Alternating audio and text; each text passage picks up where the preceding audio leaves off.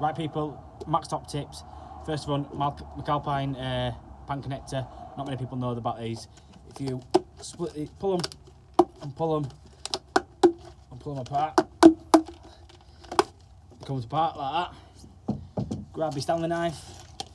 You can only do this with Mcalpine pan connectors, no other pan connectors as far as I'm aware. So if you need to make it shorter, get it to the length you need. Be careful not to cut it too short. Slice it on the inside bit.